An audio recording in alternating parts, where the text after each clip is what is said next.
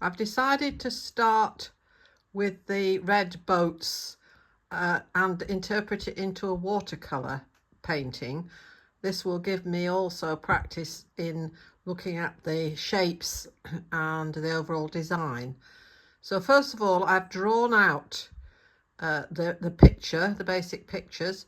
I've also put it in a square that I can then insert into a picture frame.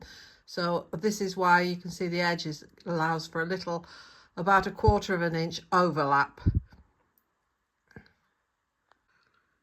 The paper I'm using is an A4 Art Studio watercolour paper, quite sort of textured and fairly absorbent, and I'm using the acrylic watercolour paints that I bought from Lidl's.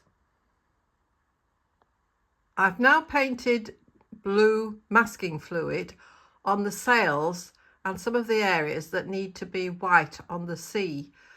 This is because the rest of the picture I want to paint in a very fluid manner, but I will paint the red sails, make them quite crisp and paint them last. You can see here that I've added some more masking fluid to the buildings, which I thought I wanted crisper as well. So that's nicely dried now.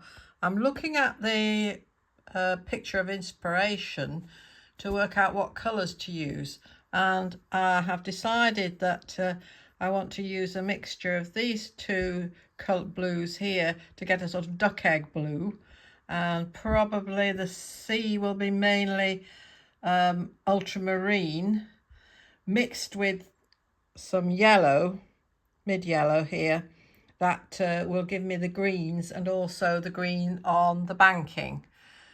So I'm going to keep it very light and work fairly quickly and using very soft brushes. Here you can see the brushes that I'm using are quite soft, rounded.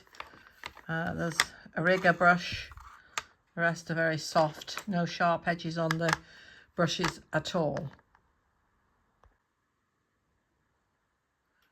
So almost just 1 minute later, I've brushed in the sky and started to work on the sea, just using those two colours, the ultramarine and the duck egg blues.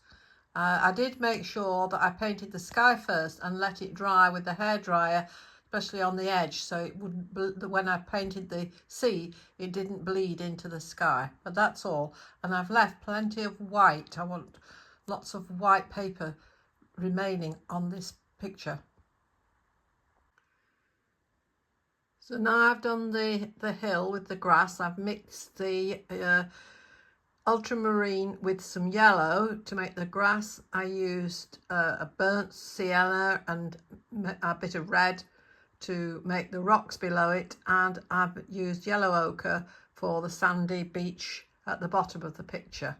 So I'm now going to tackle the darker parts, the rocks and the boat holes. I'm not going to use solid black. I'm probably going to use a blue mixed with black to give me a softer, darker colour.